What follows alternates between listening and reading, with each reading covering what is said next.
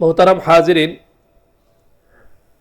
দেশের ৫৬,০০০ বর্গ মাইল জুড়ে আজ প্রতিটা মানুষ শোকাহত, বেদনা হতো। কি কারণে বেদনা হতো? সচেতন দেশ, জাতি, উম্মাহ সম্পর্কে যারা ধারণা রাখেন, খোঁজখবর রাখেন, তাদের কাছে বিষয়টা স্পষ্ট। আজ থেকে ঠিক এক সপ্তাহ আগে আমাদের এক দ্বীনী ভাই অন্তরে যে ইসলামের প্রতি ভালোবাসা লালন করত, একজন আলেমের সন্তান বাবার আদর্শকে, আলেম বাবা হিসেবে বাবার মুখে যিনি উজ্জ্বল করার চেষ্টা করেছেন, বাবার আদর্শকে ধারণ করতেন, গর্বিত পিতার গর্বিত সন্তান, এদেশের দিন প্রিয়, ইসলাম প্রিয় প্রতিটা মানুষের চোখে যার জন্য অশ্রু ঝরছে, মজলুম সাহাবী হযরত ওসমান ইবনে আফফান রাদিয়াল্লাহু আনহুর পবিত্র নামকে যিনি ধারণ করেছিলেন, আমাদের সকলের প্রিয় শহীদ উসমান হাদি রাহিমাহুল্লাহু তাআলা। আমরা প্রথমে আল্লাহ সুবহানাহু ওয়া তাআলার কাছে দোয়া করি, আমাদের এই মজলুম ভাই এক সপ্তাহ আগে আমাদের মতোই জুমার দিন জুমার নামাজ আদায় করেছেন। জুমার নামাজে রব্বে করিমের দরবারে জীবনের শেষ নিবেদন পেশ করেছেন, সেজদা দিয়েছেন, দোয়ায় কান্নাকাটি করেছেন। দোয়া মোনাজাত শেষ করে যখন তিনি ফিরছিলেন পুরানা পল্টনের দিকে, বক্স কালভার্ট নাকি নামি কি জানি জায়গাটার নাম, সেখানে ঘাতকের বুলেটে গুলিবিদ্ধ হয়েছিলেন। খুব করে তিনি আল্লাহ সুবহানাহু ওয়া তাআলার কাছে শাহাদাতের মৃত্যু চাইতেন। আপনারা যারা শুনেছেন, দেখেছেন, খুব করে চাইতেন, বারবার তিনি চাইতেন। সাহসিকতার পরিচয় দিয়েছেন, বুক চিতিয়ে জালেমের বিরুদ্ধে কথা বলেছেন। সব সময় সত্য সঠিক কথা বলতে তিনি ভয় পেতেন না, পিছপা হতেন না। বিশ্বাসীদের কবি মীর আব্দুস শাকুর আল মাহমুদ, যিনি আল মাহমুদ নামে প্রসিদ্ধ রাহমাতুল্লাহি আলাইহি, তার একটা কবিতার অংশ তিনি বারবার পড়তেন। আমরা তো পৃথিবীতে এসেছি, মায়ের গর্ভ থেকে পৃথিবীতে এসেছি শাহাদাতের জন্যে, আল্লাহর রাস্তায় জীবন কুরবান করার জন্যে মায়ের গর্ভ থেকে পৃথিবীতে এসেছি। এমন শাহাদাতের পবিত্র তামান্না লালনকারী ভাই, দ্বীনী ভাই, তার সাথে আমাদের কোনো পরিচয় নেই, কিন্তু সম্পর্ক আছে, আত্মার সম্পর্ক। সেটা হচ্ছে তিনি ইসলামকে ভালোবাসতেন, দ্বীনকে পছন্দ করতেন। সেজন্য আল্লাহ সুবহানাহু ওয়া তাআলা তার ভালোবাসাকে ৫৬,০০০ বর্গ মাইলে টেকনাফ থেকে তেতুলিয়া, রূপসা থেকে পাথুরিয়া, এই ছোট্ট দেশটার সর্বত্র ছড়িয়ে দিয়েছেন, ঠিক কিনা? কোনো আত্মীয়তার সম্পর্ক নেই, অন্য কোনো পরিচয় নেই, এরপরেও আমরা সবাই তাকে ভালোবেসেছি। এক সপ্তাহ আল্লাহ সুবহানাহু ওয়া তাআলার কাছে তার সুস্থতার জন্য দোয়া করেছি, কিন্তু আমরা জানি কার্যকর হবে কেবল আল্লাহর হুকুম। আমরা যতই যা কিছু বলি না কেন, দিন শেষে কার্যকর হবে, হুকুম বাস্তবায়িত হবে কেবল আল্লাহ জাল্লা জালালুহু আম্মা নাওয়ালুহুর। তিনি যা বলেন তাই হয়। ফাআলুল লিমা ইউরিদ ইনিল হুকমু ইল্লা লিল্লাহ। আমরা দোয়া করেছি রাসূলুল্লাহ সাল্লাল্লাহু আলাইহি ওয়াসাল্লামের সুন্নাহ হিসেবে, আপনারা দোয়া করেছেন, দেশের আপামর জনতা দোয়া করেছেন, কারণ দোয়া করা এটা আল্লাহ সুবহানাহু ওয়া তাআলার আদেশ ছিল। কিন্তু বিশ্বাস করি আমরা যে দিন শেষে সর্বশেষ কার্যকর হবে আল্লাহর হুকুম। আল্লাহর প্রিয় বান্দা জুমার দিন গুলিবিদ্ধ হয়েছিলেন। আমাদের দোয়া কান্নাকাটি অবশ্যই আল্লাহর কাছে পৌঁছেছে। অবশেষে আল্লাহ সুবহানাহু ওয়া তাআলা আরেক জুমার রাতে, গতকাল ৯:৩০টার দিকে, তার প্রিয় বান্দাকে তার যে আকাঙ্ক্ষিত শাহাদাত, আমরা আশা করি আল্লাহ তাআলা তাকে শাহাদাতের মৃত্যু দিয়েছেন। বলুন আলহামদুলিল্লাহ। আমরা দোয়া করি আল্লাহ তাআলা তার জীবনের ভুল ত্রুটিগুলো, মানুষ হিসেবে তার ভুল ত্রুটি হতেই পারে, যেহেতু আমরা বিশ্বাস করি আম্বিয়ায়ে কেরাম মাসুম, সাহাবায়ে কেরাম মাহফুজ, এছাড়া আমাদের টুকটাক ভুল ত্রুটি হয়। ছোট্ট একটা জীবন, ৩২ বছর জীবন পেয়েছিলেন তিনি। আমরা সকলেই তার জন্য দোয়া করি, আল্লাহ তাআলা যেন আমাদের এই মজলুম ভাই শহীদ শরীফ উসমান হাদিকে জান্নাতুল ফিরদাউসে, যে ইসলামকে তিনি ভালোবাসতেন, সেই ইসলামের ধারক বাহক আল্লাহর প্রিয় বান্দাদের সঙ্গে তার হাসর করুন, বলুন আমিন। আল্লাহ তাআলা মজলুম সাহাবী উসমান ইবনে আফফান রাদিয়াল্লাহু আনহুর সাথে কিয়ামতের দিন তাকে একত্রিত হওয়ার তৌফিক দিন। সর্বোপরি তিনি যেন জান্নাতুল ফিরদাউসের মেহমান হন। যে স্বপ্ন তিনি রেখে গিয়েছেন, জালেমের বিরুদ্ধে আওয়াজ তোলা, সাহসিকতার পরিচয় দিয়েছেন, তার এই স্বপ্ন যেন যুগ থেকে যুগান্তরে, প্রজন্ম থেকে প্রজন্মান্তরে আল্লাহ তাআলা যেন সেটা ছড়িয়ে দেন। তার রক্তের বিনিময়ে, তার রক্তের বদৌলতে, জীবনের বদৌলতে শাহাদাতকে ওসিলা করে ৫৬,০০০ বর্গ মাইলে তার যে স্বপ্নের ইনসাফের বাংলাদেশ, ইসলামের বাংলাদেশ, সেটা যেন আল্লাহ তাআলা বাস্তবায়িত করেন, আমরা সকলে বলি আমিন। তার নিষ্পাপ একটা বাচ্চা ছেলে আছে, ছেলে 10 মাস বয়স, এখনো তো তার বাবার শূন্যতা সে কিছুই বোঝেনি। আল্লাহ সুবহানাহু ওয়া তাআলা তার নিষ্পাপ ছেলেকে তার কুদরত দিয়ে হেফাজত করুন, তাকে সব ধরনের বালা মুসিবত থেকে হেফাজত করে তাকে আদর্শ নেককার মুত্তাকিদের ইমাম হিসেবে কবুল করুন, বলুন আমিন। তার সদ্য বিধবা স্ত্রী আপনারা অনেকেই দেখেছেন। আমাদের জন্যে, আমরা যারা সামান্য একটু পরিচিতি পেলে পর্দা পুশিদা লজ্জা শরম বিসর্জন দিয়ে ফেলি, তাদের জন্যে শহীদ উসমান হাদি তার স্ত্রীর মাধ্যমে একটা চমৎকার দৃষ্টান্ত স্থাপন করে গিয়েছেন। আমরা যতটুকু জেনেছি, তার স্ত্রী পর্দা মেনটেন করে চলেন, এত ভয়াল মুহূর্তেও তিনি ক্যামেরার সামনে আসেননি। তার চেহারা বেগানা পুরুষের সামনে তিনি প্রদর্শন করেননি। দোয়া করেছেন, কান্নাকাটি করেছেন, সবর করেছেন। এখান থেকে আমাদের যাদের স্ত্রী আছে, সন্তান, মেয়ে আছে, অনেক শিক্ষা নেওয়া উচিত। একজন গায়রতওয়ালা পুরুষ, একজন লজ্জাশীল, যার ভিতরে লজ্জা আছে, হায়া আছে, গায়রত আছে, এমন একজন পুরুষ সে জবাই হতে পারে, ফাঁসির মঞ্চে যেতে পারে, তাকে টুকরো টুকরো করা হতে পারে, আগুনে পুড়িয়ে ছারখার করা হতে পারে, সমুদ্রে নিক্ষেপ করা হতে পারে, কিন্তু তার স্ত্রীকে অন্য আরেকজন বেগানা মানুষ দেখবে, তার মেয়েকে আরেকজন দেখবে, এটা সে কোনোভাবে মেনে নিতে পারে না। লজ্জা হওয়া উচিত আমাদের। একজন উসমান হাদির স্ত্রী আমাদেরকে এই শিক্ষা দিয়েছে, দৃষ্টান্ত আমাদের সামনে রেখেছে। দেখুন, আজকে পুরো দেশ উসমান হাদির জন্য দোয়া করছে। কেন করছে? তিনি ইসলামের পক্ষে ছিলেন, ইনসাফের পক্ষে ছিলেন, উলামায়ে কেরামকে ভালোবাসতেন। দেখুন, শাপলা চত্বরে যখন আমাদের উলামায়ে কেরাম শাহাদাত বরণ করেছেন, তখন এই উসমান হাদি আওয়াজ তুলেছেন, এবং এই জুলাই অভ্যুত্থানের পরে বারবার বিভিন্ন জায়গায় তিনি উলামায়ে কেরামের পক্ষে বলেছেন। বিশ্বাস করুন, আজকে সামান্য থেকে সামান্য কারণে আলেমদের প্রতি আমাদের বিদ্বেষ চলে আসে। আমার ঈর্ষা হচ্ছে। আমি ভাবছি, এত চমৎকার বিদায় আর কার কপালে জুটবে? এমন এমন মানুষের চোখে আমি পানি দেখেছি, যে মানুষগুলো কোনো শাসকের রক্তচক্ষুকে উপেক্ষা করত না, যে মানুষগুলো কোনো জালেমকে পরোয়া করত না। এমন বড় বড় আলেম, দেশের শীর্ষস্থানীয় আলেমরা শহীদ উসমান হাদির জন্য বাচ্চার মতো জার জার করে কেঁদেছে, কাঁদছে। সোশ্যাল মিডিয়ায় দেখেছি চরমোনাইয়ের শেখ ফয়জুল করিম হাফিজাহুল্লাহ, বাচ্চারা যেভাবে কাঁদে কোনো কিছু না পেলে, জার জার করে তিনি এক মাহফিলে কাঁদছেন।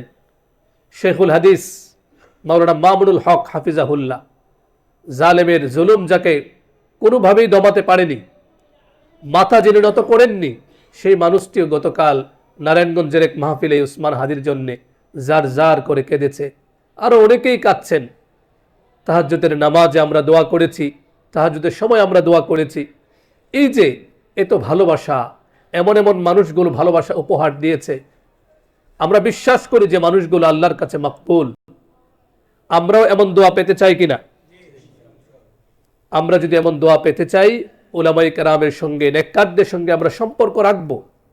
আপনার আমার বিদায়ে ভালো মানুষদের চোখ দিয়ে যদি পানি আসে, আমরা তো আশা করতে পারি যে চোখগুলো আল্লাহর ভয়ে কাঁদে। পুরো দুনিয়া যখন ঘুমায়, যে চোখগুলো দিয়ে তাহাজ্জুদের নামাজে শেষ রাত্রে যখন চোখ দিয়ে পানি পড়ে, সেই মানুষদের চোখের একটু পানি যদি আমি পেয়ে যাই, তো আমার জীবনে আর কি চাই বলুন? শরীফ উসমান হাদির জীবন ধন্য আমি মনে করি। এত দোয়া, এত কান্না আর কারো জন্য হয়েছে বলে আমার জানা নেই। গত পরশুদিন নেত্রকোনায় আমার এক মাহফিল ছিল, বয়ানের মাঝখানে তার জন্য দোয়া করলাম। নিষ্পাপ বাচ্চা, যুবক ভাইয়েরা, বৃদ্ধরা পর্যন্ত তার নাম শুনে ভালোবাসা প্রকাশ করেছে, দোয়া করেছে। তো আল্লাহ সুবহানাহু ওয়া তাআলার কাছে আমরা আবারও দোয়া করছি, আমাদের সাহসী ভাই শরীফ উসমান হাদি রাহিমাহুল্লাহ, আল্লাহ তাআলা তাকে মাফ করুন, জান্নাতুল ফিরদাউসের মেহমান বানান, তার সন্তানকে নেককার বানান, দীর্ঘ আফিয়তের জিন্দেগি আল্লাহ যেন তার সন্তান পরিবারদেরকে দান করেন। সব ধরনের বালা মুসিবত থেকে আল্লাহ যেন আমাদেরকে হেফাজত করেন। সর্বোপরি এই ৫৬,০০০ বর্গ মাইলে একের পর এক শহীদের রক্ত ঝরছে। আমরা বিশ্বাস করি কোনো জমিনে যখন শহীদের রক্ত পড়ে যায়, কোনো মজলুমের রক্ত যখন কোনো জমিনে পড়ে, তখন সেই জমিনে ইসলাম দ্বীনের বিপ্লব হবে ইনশাআল্লাহ। আজ নয় কাল ইনশাআল্লাহ এই জমিন, আমরা তো বিশ্বাস করি এই জমিনটা যাদের মাধ্যমে আবাদ হয়েছে তারা ছিলেন তাওহীদের বিশ্বাসী, তারা ছিলেন তাওহীদের চেতনাধারী।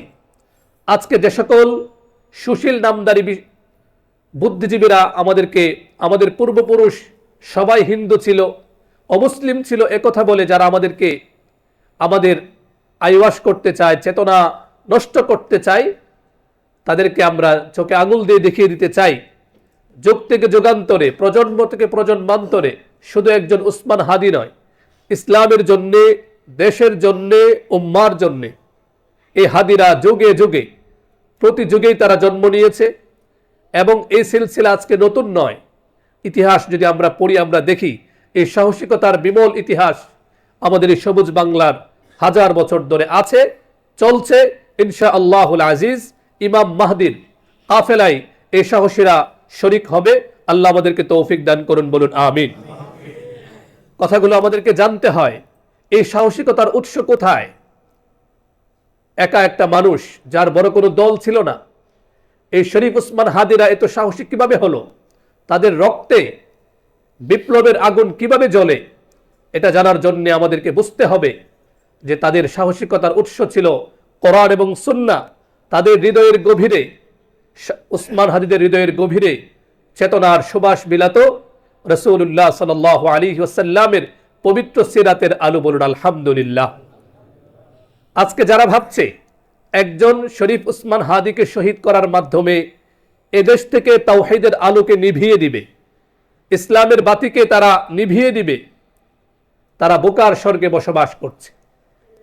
একজন শহীদ হাদি বিদায় নিয়েছে, লক্ষ লক্ষ শহীদ হাদি ইনশাআল্লাহ ঘরে ঘরে তৈরি হবে। এটা কেন তৈরি হবে? আপনি আমি আমরা গাফেল হতে পারি, কারণ আমাদের বীজ, এই দেশের ইসলামের বীজ দিল্লিতেও না, ওয়াশিংটনেও না, মস্কোতেও না। আমরা বিশ্বাস করি সবুজ বাংলার ইসলামের বীজ বপিত হয়েছে সোনার মদিনা থেকে, ঠিক কিনা? সোনার মদিনার ইসলাম আমাদের দেশে এসেছে, এবং সোনার মদিনার ইসলাম তো এসেছে আরো আগে, হাজার হাজার বছর আগে। এদেশে তাওহীদবাদীদের মাধ্যমে এই বাংলাদেশ আবাদ হয়েছে। যে সকল বুদ্ধিজীবী নামদারি কুশীলেরা আমাদের চেতনাকে নষ্ট করতে চায়, যারা বলে আমরা মুসলিমদের বংশধর, তাদের উদ্দেশ্য খারাপ, মতলব খারাপ। অনেক আগে একবার বলেছিলাম, আবার স্মরণ করিয়ে দিচ্ছি। আপনারা সকলেই জানেন পৃথিবীর প্রথম মানুষকে আদম আলাইহিস সালাম। আমরা কার সন্তান? আদম আলাইহিস সালাম কে ছিলেন? আল্লাহর নবী ছিলেন। জান্নাত থেকে এসেছেন। নাকি কেউ বিশ্বাস করেন বানর থেকে আমরা এসেছি? বিবর্তনবাদে বিশ্বাসী কেউ আছেন এখানে? যদি কেউ থাকেন আপনি আপনার বিশ্বাস নিয়ে থাকেন, আপনি যদি গর্ববোধ করেন যে আপনি বানর থেকে এসেছেন, ঠিক আছে, আপনি এটা নিয়ে থাকেন। কিন্তু আমরা বিশ্বাস করি কোরআন আমাদেরকে নির্দেশনা দিয়েছে, আল্লাহ রাব্বুল আলামিন আমাদেরকে আদর করে বারবার ডাক দিয়েছেন ইয়া বনি আদম। কি ডাক দিয়েছেন আল্লাহ? ইয়া বনি আদম। আমরা সবাই কার সন্তান? সবাই বলতে হবে কার সন্তান? আমরা আদমের সন্তান। আমরা আদম আলা নবিয়িনা ওয়া আলাইহিস সালাতু ওয়াস সালাম। আর আমরা বিশ্বাস করি তিনি একজন নবী ছিলেন, আর প্রত্যেক নবী আল্লাহর পক্ষ থেকে তাওহীদের বার্তা নিয়ে এসেছেন। আনি আবুদুল্লাহা ওয়াত্তাকুহু ওয়া আতিউন ওয়ালাকাদ আরসালনা রুসুলাম মিন ক্বাবলিকা মিনহুম মান কাসাসনা আলাইকা ওয়া মিনহুম মান লাম নাকসুস আলাইক। অনেক রাসূল আল্লাহ পাঠিয়েছেন এবং প্রত্যেক নবীরা আল্লাহর জমিনে এসেছিলেন তাওহীদের বার্তা নিয়ে, আন আকিমুদ্দিন, আল্লাহর দ্বীনকে আল্লাহর জমিনে কায়েম করার জন্য। এটাই ছিল প্রত্যেক নবী আম্বিয়াদের মিশন, ঠিক কিনা? তো হযরত আদম আলাইহিস সালাম আল্লাহর জমিনে এসেছেন, আর আদম আলাইহিস সালামের পরিচয় আল্লাহ সর্বপ্রথম দিয়েছেন কোরআনুল কারীমের সূরাতুল বাকারা 30 নম্বর আয়াতে আল্লাহ বলেন, ওয়া ইয ক্বালা রাব্বুকা লিল মালাইকাতি ইন্নী জাইলুন ফিল আরদি খলিফা। খলিফা প্রতিনিধি, তিনি আল্লাহর পক্ষ থেকে প্রতিনিধি হিসেবে দুনিয়াতে এসেছেন, আল্লাহর দ্বীন কায়েম করবেন, তাওহীদের ঝান্ডা উড়াবেন। তো হযরত আদম আলাইহিস সালাম তাওহীদের ঝান্ডা উড়িয়েছেন, পৃথিবীর প্রথম মানুষ, তার মাধ্যমে সারা পৃথিবীতে মানুষ ছড়িয়ে গিয়েছে। তিনি কি ছিলেন? তিনি তাওহীদবাদী ছিলেন, তিনি মুসলিম ছিলেন, আল্লাহর একত্ববাদে তিনি বিশ্বাসী ছিলেন। বিষয়গুলো আমাদের জানা দরকার, এগুলো চর্চা করা দরকার। আমাদের মধ্যে হীনম্মন্যতা কাজ করে, ইউরোপিয়ান ওয়েস্টার্ন কালচার আমাদের মধ্যে এমন ভাবে এসেছে, ইসলাম থেকে আমরা এত দূরে সরেছি, আমরা আমাদের আত্মপরিচয় ভুলে গিয়েছি। আমরা কার সন্তান, কোত্থেকে এসেছি। দুনিয়াতে মানুষ একটু বড় বংশের সন্তান হলেই সে অনেক গর্ববোধ করে যে আমি তার সন্তান, আমি অমুকের সন্তান, ঠিক কিনা? কিন্তু আমরা ভুলে গিয়েছি আমরা কার সন্তান। যার ফলে আজকে আমরা ওয়েস্টার্ন কালচারে এমনভাবে জড়িয়ে গিয়েছি, মুসলিম নাম নিয়েও আমরা অমুসলিমদের মতো আচরণ করি। যখন একটা বাতাস আসে, নাস্তিকতার বাতাস, যখন আমাদের কাছে ঈমানহীনতা, জুলুমের বাতাস আসে, আমরা ভয়ে পড়ে যাই। কিন্তু সে বিশ্বাস করে না আমরা আদম আলাইহিস সালামের সন্তান, তাওহীদের বিশ্বাসী হযরত আদম আলাইহিস সালামের সন্তান, যিনি তাওহীদকে আল্লাহর জমিনে প্রতিষ্ঠিত করার জন্য, আল্লাহ এক অদ্বিতীয়, আল্লাহর হুকুম পালন করতে হবে, আল্লাহর দ্বীন কায়েম করতে হবে, এই মিশন নিয়ে তিনি দুনিয়াতে এসেছিলেন। তার সন্তানরা আজকে আমরা ভুলে গিয়েছি। বলছিলাম শরীফ উসমান হাদিরা সাহস কোত্থেকে পেল? কারণ আমাদের আদি পিতা হযরত আদম আলাইহিস সালাম 1000 বছর দীর্ঘ সময় আল্লাহর জমিনে তিনি দ্বীনের দাওয়াতের কাজ করেছেন। সবাই তখন দ্বীনের উপর ছিলেন, পর্যায়ক্রমে শয়তানের ধোঁকায় যখন মানুষেরা আল্লাহর পথ থেকে, তাওহীদের পথ থেকে বিচ্যুত হয়ে গেল, আল্লাহ রাব্বুল আলামিন একজন নবী পাঠালেন। তার নাম কি? হযরত নূহ আলা নবিয়িনা ওয়া আলাইহিস সালাতু ওয়াস সালাম। হযরত নূহ আলাইহিস সালাম পৃথিবীতে আসলেন, এসে তিনি 950 বছর মানুষকে আল্লাহর দ্বীনের দাওয়াত দিলেন। সংক্ষেপে বলছি যে হযরত নূহ আলাইহিস সালাম পৃথিবীতে এসেছেন। সংক্ষেপে বলছি এই জন্যে যে হযরত নূহ আলাইহিস সালামের লম্বা হিস্ট্রি আপনারা পড়েছেন না? কোরআনুল কারীমের একটা স্বতন্ত্র সূরা আছে, সেখানে দীর্ঘ তার দাওয়াতের গল্প বলা হয়েছে। কোরআনুল কারীমের 71 নম্বর সূরা, সূরাতুন নূহ। শুনুন, বুঝুন, উসমান হাদিরা যুগে যুগে কেন জেগে ওঠে, তারা কেন সাহসিকতায় বলীন হয়, তারা কেন একমাত্র আল্লাহকে ভয় পায়, বুলেটের সামনে দাঁড়িয়েও তারা কেন ঈমানের কথা, ইসলামের কথা, ইনসাফের কথা কেন বলে? কোত্থেকে এসেছে আমাদের সেই ইতিহাস? হযরত নূহ আলাইহিস সালাম কোরআনের ভাষায় তিনি 950 বছর দাওয়াত দিয়েছেন। ওয়ালাকাদ আরসালনা নূহান ইলা কওমিহি ফালাবিথা ফীহিম আলফ সানাতিন ইল্লা 50 আমা। 50 কম 1000 বছর তিনি দ্বীনের দাওয়াত দিয়েছেন। আপনারা জানেন, সংক্ষেপে বলছি, অল্প কয়েকজন দ্বীনের দাওয়াত গ্রহণ করেছিলেন, বাকিরা অমুসলিম ছিল, বাকিরা মুশরিক ছিল। আল্লাহ রাব্বুল আলামিন তাদেরকে ধ্বংস করে দিয়েছেন। ফাখাযাহুমুত তুফানু ওয়া হুম যালিমুন। কোরআনের কথা, কোনো গাল গল্প নয়, কোনো রূপকথার গল্প নয়। হযরত নূহ আলা নবিয়িনা ওয়া আলাইহিস সালাতু ওয়াস সালামের দাওয়াতকে যারা প্রত্যাখ্যান করেছিল, আজ থেকে প্রায় 5 থেকে 6000 বছর আগের কথা, আল্লাহ রাব্বুল আলামিনের পক্ষ থেকে আযাব গজব আসলো।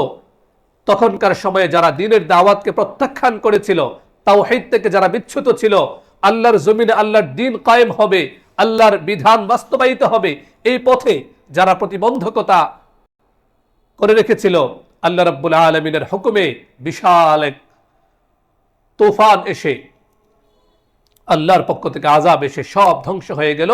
রয়ে গেল কারা? একমাত্র মুমিনরা। এখন দেখুন, যারা আমাদেরকে বলতে চায়, যারা আমাদেরকে গিলাতে চায়, আমাদেরকে হীনমন্যতার সাগরে ডুবিয়ে দিতে চায়, তাদেরকে বলবো, তোমরা যারা এই কথা বলো যে আমরা অমুসলিম ছিলাম, আমরা সব হিন্দুদের বংশধর, আর কেউ তো আরো বাড়িয়ে বলে আমরা বানরের বংশধর, বলুন নাউজুবিল্লাহ। তাদেরকে বলবো, তোমাদের এই জাতীয় ইতিহাসকে আমরা কোনো গড়াই ধরি না, কোনো পাত্তাই দেই না। হযরত নূহ আলাইহিস সালামের সময় সারা পৃথিবীতে কেবল তাওহীদবাদীরাই ছিল, যারা তাওহীদকে প্রত্যাখ্যান করেছিল, দ্বীনের পথে যারা বাধা সৃষ্টি করেছিল, সমূলে ধ্বংস হয়ে গেল। সারা পৃথিবীতে তখন কেবলমাত্র একমাত্র তাওহীদপন্থী যারা আল্লাহ বিশ্বাসী, যারা ইনসাফের কথা বলে, আল্লাহর পক্ষ থেকে যারা খলিফা ছিল, কেবল তারাই পৃথিবীতে ছিল। তারা সাহসিকতায় বলিয়ান ছিল, কোন রক্তচক্ষুকে তারা উপেক্ষা করত না, কোনো কিছুকেই তারা পরোয়া করত না। একমাত্র আল্লাহর সামনে তারা দাঁড়ানোর ভয় করত, তাকওয়া অবলম্বন করত। এমন পবিত্র মানুষের মাধ্যমে সারা পৃথিবীতে আবার মানব জাতির পথ চলা শুরু হলো। সংক্ষেপে বলছি, হযরত নূহ আলাইহিস সালামের 3 সন্তান, হাম, সাম, ইয়াফিস। কে? হাম, সাম, ইয়াফিস। তো এই 3 সন্তানের মাধ্যমে 3 সন্তানই তাওহীদবাদী ছিল। আপনারা জানেন, এক সন্তান ছিল মুশরিক, এক সন্তান ছিল ইসলাম বিরোধী, যার নাম কিনাআন বলা হয়। সে তো হযরত নূহ আলাইহিস সালামের বিরুদ্ধে চলে গিয়েছিল। ওয়ানাদা নূহুন ইবনাহু ওয়া কানা ফি মাযলি ইয়া বুনাইয়া ইরকাম মা'না ওয়া লা তাকুম মা'আল কাফিরিন ক্বালা সাআবি ইলা জাবাল ইয়াসিমুনি মিনাল মা ক্বালা লা আসিমাল ইয়াওমা মিন আমরিল্লাহি ইল্লা মান রাহিম ওয়া হালা বাইনাহুমাল মাউজ। এই জালেম সন্তান বলেছিল যে না, আমি মেজরিটি পারসন, অনেক বেশি মানুষ যারা শিরিক করেছে তাদের সঙ্গে থাকব। হযরত নূহ আলাইহিস সালাম বারবার বলছিলেন যে বাবা যেও না ওখানে। সে বলেছিল সাআবি ইলা জাবাল ইয়াসিমুনি মিনাল মা, বাবা আমি তোমার সাথে নেই, তুমি শুধু এক রবের পূজা করতে বলো, এক আল্লাহর হুকুম পালন করতে বলো, আমি সেগুলোর মধ্যে নেই। নাউজুবিল্লাহ। হযরত নূহ আলাইহিস সালাম বারবার বললেন, চলে এসো, ইয়া বুনাইয়া ইরকাম মা'না, এসো আমাদের সঙ্গে নৌকায় উঠে পড়ো, নৌযানে উঠো।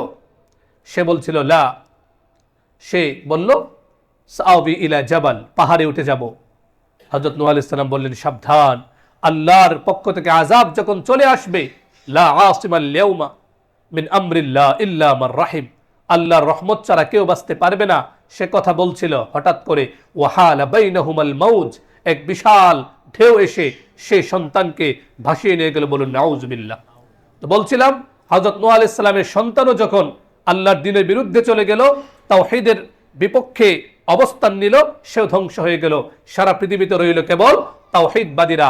আমরা তাদের সন্তান, বলুন আলহামদুলিল্লাহ। প্রথমত আমরা হযরত আদম আলাইহিস সালামের সন্তান, দ্বিতীয়ত আমরা হযরত নূহ আলাইহিস সালামের সন্তান, এবং বিশেষ করে আমরা যারা বাংলাদেশে অবস্থান করছি তাদের জন্য আরো আনন্দের। আমরা যুগে যুগে জেগে উঠি, আমরা সাহসী হই, ইনসাফের পক্ষে কথা বলি। সাহসিকতায় কেন বলিয়ান হই?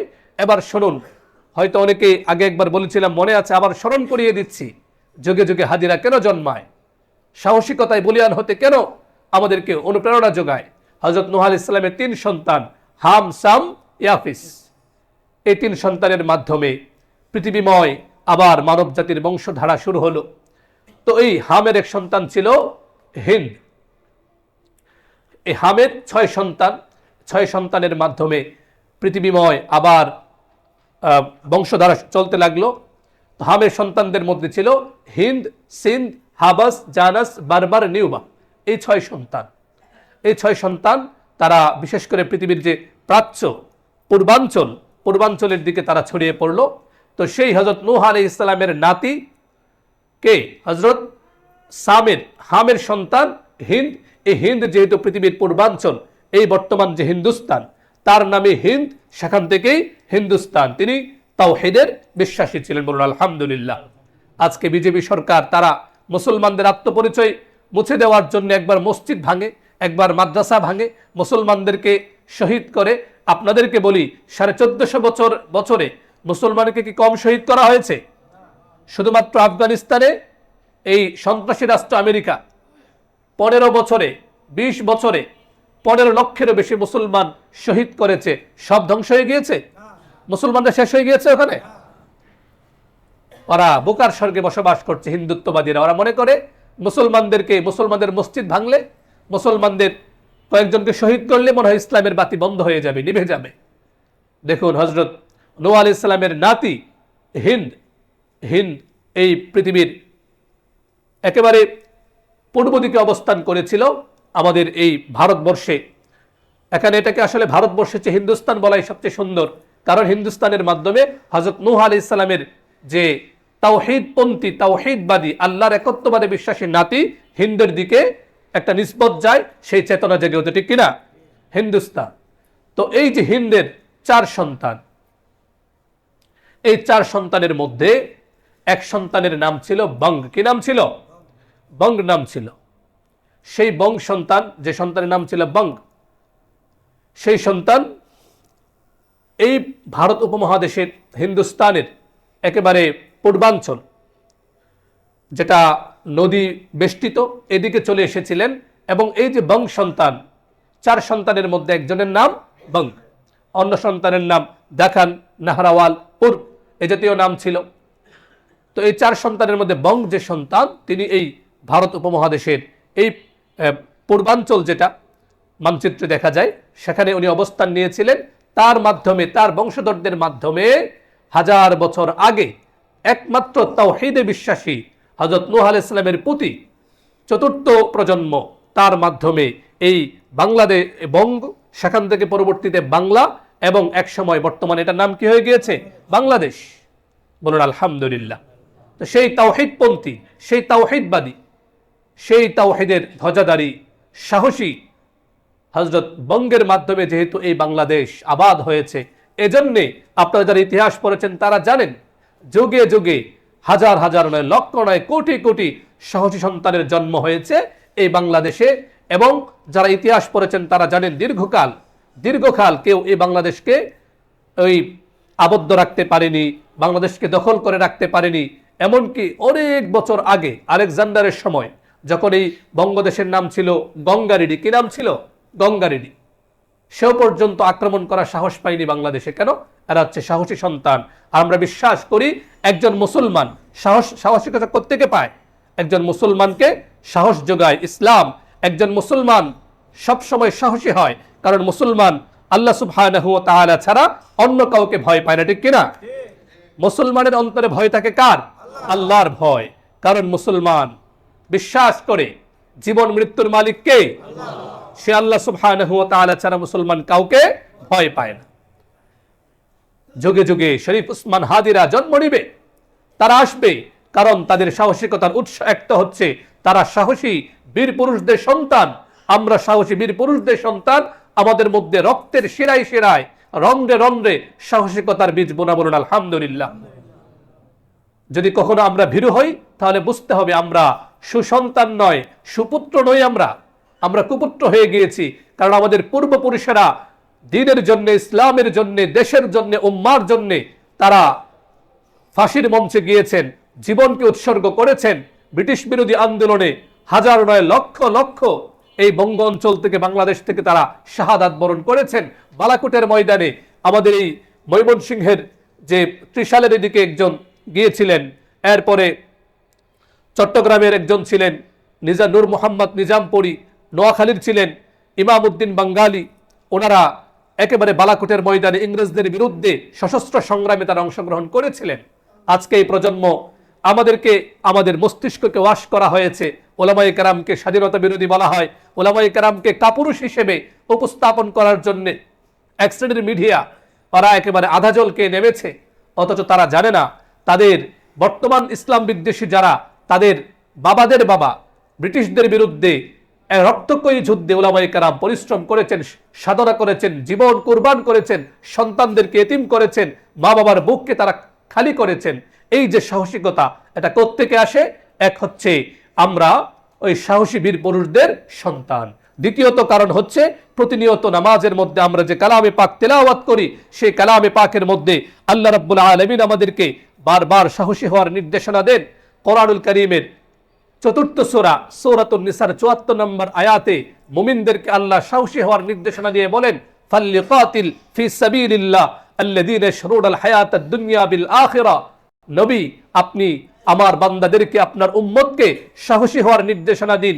তারা যেন আল্লাহর রাস্তায় জিহাদ করে, লড়াই করে, জালিমের বিরুদ্ধে তারা নতশির না হয়ে উচ্চশির থাকে। তারা যেন জুলুমের বিরুদ্ধে অবস্থান নেই, ইনসাফের পক্ষে কথা বলে, আল্লাহর জমিনে আল্লাহর দ্বীন কায়েম করার জন্য কোনো কিছুর পরোয়া না করে তারা যেন জিহাদের ময়দানে ঝাঁপিয়ে পড়ে। বলুন সুবহানাল্লাহ। এটা কোরআনের নির্দেশনা। এজন্যে যুগে যুগে শরীফ উসমান হাদির মতো সাহসী সন্তান জন্ম নেয়। শরীফ উসমান হাদি সে মাদ্রাসায় পড়াশোনা করেছে, আলিম পর্যন্ত পড়েছে, সেখানে কালামে পাকের তেলাওয়াত সে শুনেছে এবং তার তেলাওয়াত বিশুদ্ধ ছিল। আপনারা যারা শুনেছেন তারা জানেন। এই আয়াতগুলো সে পড়তো, জিহাদের কথা সে বলতো। এই আয়াতগুলোর কারণে আমাদের মধ্যে শাহাদাতের তামান্না তৈরি হয়, একজন মুমিন সাহসী হয়। আপনারা আরো পড়েছেন কোরআনুল কারীমের বিখ্যাত আয়াত, ইন্নাল্লাহা আশতারা মিনাল মুমিনিনা আনফুসাহুম ওয়া আমওয়ালাহুম বিআন্না লাহুমুল জান্নাহ। সুবহানাল্লাহ। আল্লাহ মুমিনদের জান মাল কিনে নিয়েছেন, তারা জান্নাতের বিনিময়ে নিজেদেরকে বিক্রয় করে দিয়েছেন। এজন্যে যুগে যুগে মুজাহিদরা তারা জীবন উৎসর্গ করেছে, কারণ জিহাদে যারা শহীদ হয়, আল্লাহর জমিনে আল্লাহর দ্বীন কায়েম করার জন্য যারা জীবন উৎসর্গ করে, তাদের মরতে দেরি হবে, তাদের জান্নাতে যেতে দেরি হবে না। তারা কখনো ভীতু হতে পারে না, ভীরু হতে পারে না। আরে মৃত্যু তো একটা পুল মাত্র, একদিকে হচ্ছে দুনিয়া, মাঝখানে একটা পুল, পুলের অপর পারি হচ্ছে জান্নাত। বলুন সুবহানাল্লাহ। একজন মুজাহিদ, একজন সাহসী, একজন বীর পুরুষ মুমিন, সে এই পুলটা পার হয়ে আল্লাহর তৈরি জান্নাতে চলে যায়। সুবহানাল্লাহ। আপনি আমরা কেন ভীতু হব, কেন ভীরু হব? আল্লাহ রাসূল সাল্লাল্লাহু আলাইহি ওয়াসাল্লাম সব সময় বেশ কয়েকটি জিনিস থেকে আল্লাহর কাছে পানাহ চাইতেন। নামাজের পরে তিনি দোয়া পড়তেন, আল্লাহুম্মা ইন্নী আউযু বিকা মিনাল হাম্মি ওয়াল হাযান ওয়া আউযু বিকা মিনাল আজজি ওয়াল কাসাল ওয়া আউযু বিকা মিনাল জুবনি ওয়াল বুখল ওয়া আউযু বিকা মিন গালাবাতিদ দাইনি ওয়া কাহরির রিজাল। আল্লাহ সুবহানাহু ওয়া তাআলার কাছে তিনি পানাহ চাইতেন। সহিহ বুখারী শরীফের 6366 নম্বর হাদিস।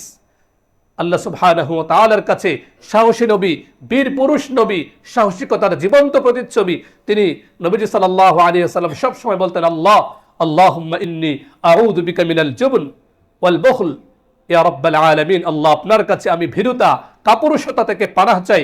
আল্লাহ, আপনার কাছে আমি সাহসী বীর পুরুষ হিসেবে নিজেকে প্রতিষ্ঠিত করার তৌফিক চাই। বলুন আমিন।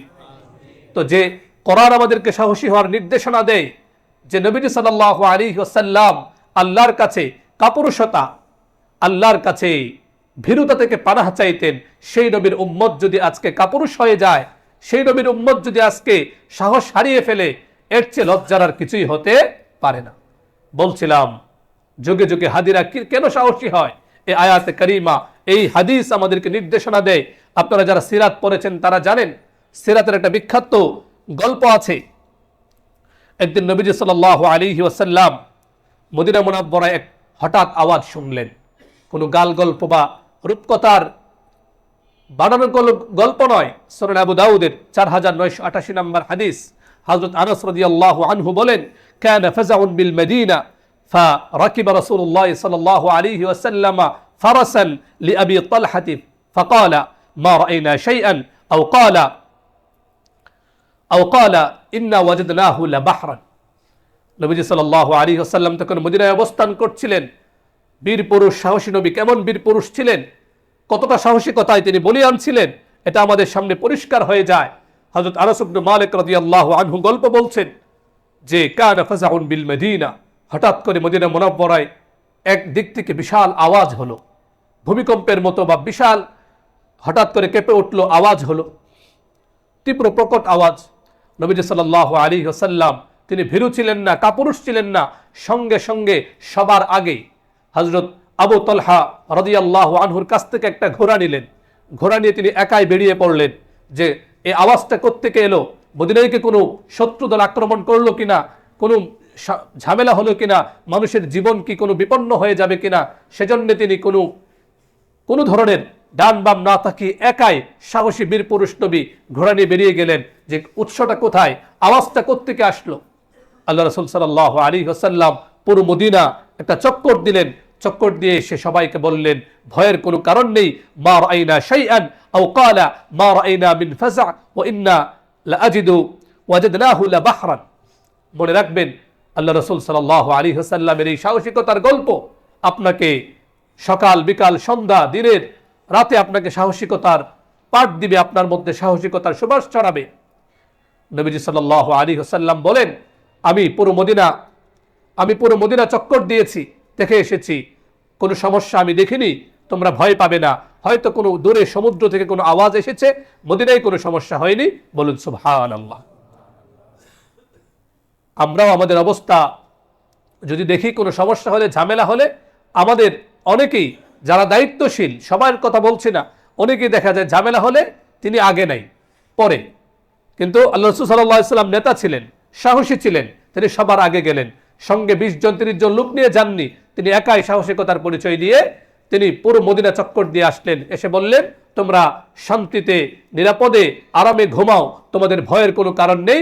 আমি রাসূল সাল্লাল্লাহু আলাইহি ওয়াসাল্লাম স্বয়ং পুরো মদিনা চক্কর দিয়ে এসেছি, কোনো ভয়ের কারণ নেই। এভাবে আল্লাহ রাসূল সাল্লাল্লাহু আলাইহি ওয়াসাল্লাম আমাদেরকে সাহসিকতার সবক দিয়েছেন, পাঠ দিয়েছেন। আমাদেরকে সাহসিকতায় বলিয়ান হতে হবে। আজকে যারা সাহস নেই তারা অনেক ভাবে, অনেক চিন্তা করে, উঠতে বসতে এটা কি হবে, ওইটা কি হবে।